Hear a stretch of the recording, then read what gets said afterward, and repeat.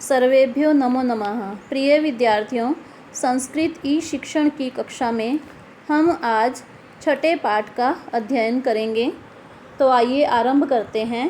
षष्ठः पाठः सर्वनाम प्रकरणम। सबसे पहले परिभाषा। संज्ञा के स्थान पर जिस पद का प्रयोग किया जाता है उसे सर्वनाम कहते हैं।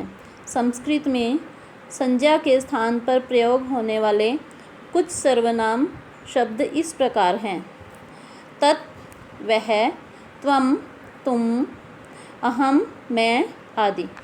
इसके पश्चात पुरुष। बातचीत में 3 प्रकार के व्यक्ति होते हैं: कहने वाला, सुनने वाला और जिसके विषय में कुछ कहा जाए। इसका बोध पुरुष द्वारा होता है। इन 3 स्थितियों के आधार पर संस्कृत में 3 पुरुष हैं: प्रथम पुरुष, मध्यम पुरुष एवं उत्तम पुरुष। सर्वप्रथम प्रथम पुरुष। जिस सर्वनाम शब्द का प्रयोग किसी अन्य व्यक्ति के लिए किया जाता है उसे प्रथम पुरुष कहते हैं, जैसे सह, सा, तत् आदि। द्वितीय पुरुष मध्यम पुरुष। जिस सर्वनाम शब्द का प्रयोग सुनने वाले व्यक्ति के लिए किया जाता है उसे मध्यम पुरुष कहते हैं, जैसे त्वम, युवाम, यूयम आदि। तत्पश्चात उत्तम पुरुष। जिस सर्वनाम शब्द का प्रयोग बोलने वाला अपने लिए करता है, जैसे अहम, आवाम, वयम आदि।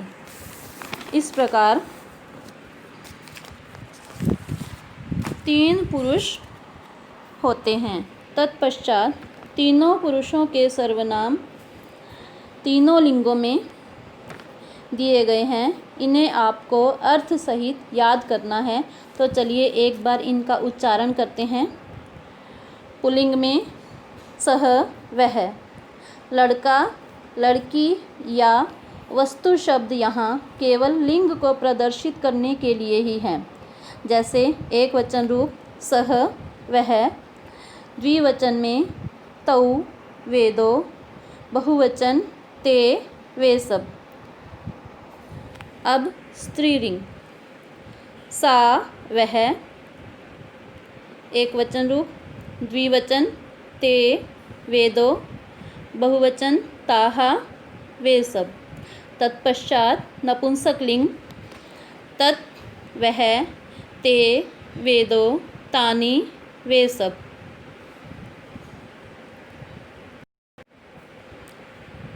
इसके पश्चात मध्यम पुरुष के सर्वनाम। एक वचन रूप त्वम, तुम, द्विवचन युवाम, तुम दो, बहुवचन यूयम, तुम सब। अंत में उत्तम पुरुष के सर्वनाम। एक वचन अहम, मैं, द्विवचन आवाम, हम दो, बहुवचन वयम, हम सब। यह तो हुआ अर्थों के साथ उच्चारण। अब एक बार इन सब सर्वनामों का उच्चारण करेंगे। आप भी घर पर इन सब का अभ्यास कीजिएगा। चलिए उच्चारण आरंभ करते हैं। सह, तौ, ते, सा, ते, ताहा, त, ते, तानि, त्वं, युवाम, यूयम, अहम, आवाम, वयम। इसके पश्चात प्रथम पुरुष सर्वनाम शब्दों का वाक्यों में प्रयोग। सर्वप्रथम एक वचन रूप पुल्लिंग। सह पुस्तकम पठति, वह पुस्तक पढ़ता है। द्विवचन में तौ पुस्तकम पठतः, तौ वे दोनों, पुस्तकम पुस्तक, पठतः पढ़ते हैं। ते पुस्तकम पठन्ति, वे सब पुस्तकें पढ़ते हैं। यहाँ पर जैसा कि आपको पिछले पृष्ठ पर बताया गया था, लड़का, लड़के या लड़कियाँ शब्द केवल इनका लिंग प्रदर्शन करने के लिए ही लिखे गए हैं। आप सबको इनको अर्थ में नहीं लेना है। इसके पश्चात स्त्रीलिंग रूप। सा गृहं गच्छति, सा वह, गृहं गच्छति घर जाती है। ते गृहं गच्छतः। ते वे दोनों गृहं गच्छतः घर जाती हैं। नपुंसकलिंग ताः गृहं बहुवचन रूप ताः गृहं गच्छन्ति। ताः वे सब गृहं घर को गच्छन्ति जाती हैं। तत्पश्चात नपुंसकलिंग एक वचन रूप तत् कमलम अस्ति वह कमल है।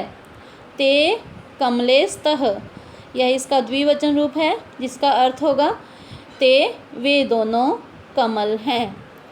बहुवचन रूप तानि कमलानि सन्ति। तानि वे सब अनेक कमल हैं या कमल हैं। इसके पश्चात मध्यम पुरुष सर्वनाम शब्दों का वाक्यों में प्रयोग। सर्वप्रथम एक वचन त्वं लेखं लिखसि तुम लेख लिखते हो। द्विवचन रूप युवां लेखं लिखतः तुम दोनों लेख लिखते हो। बहुवचन यूयं लेखं लिखत तुम सब लेख लिखते हो।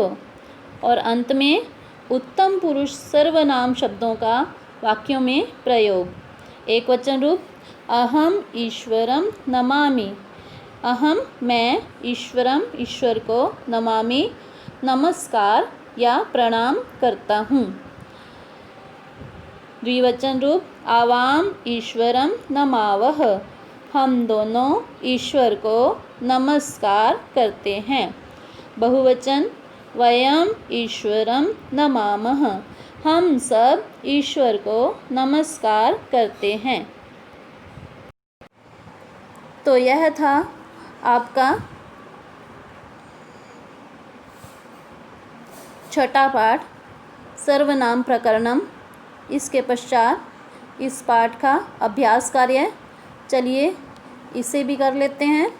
प्रश्न संख्या 1 बहुवचने परिवर्तनम कुरुत। बहुवचन में परिवर्तित करें।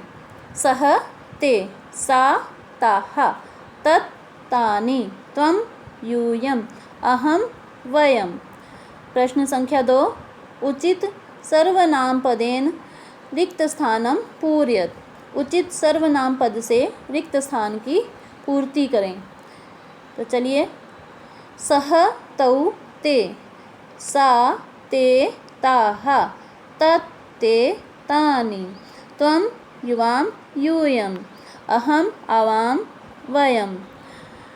और अंत में प्रश्न संख्या 3 कोष्ठकार उचित सर्वनाम पदम चित्वा रिक्त स्थानं पूरयत।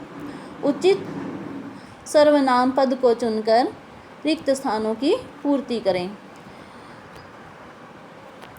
सः बालकः ते कन्ये ते फले ते बालकाः तत् जलं ताः बालिकाः।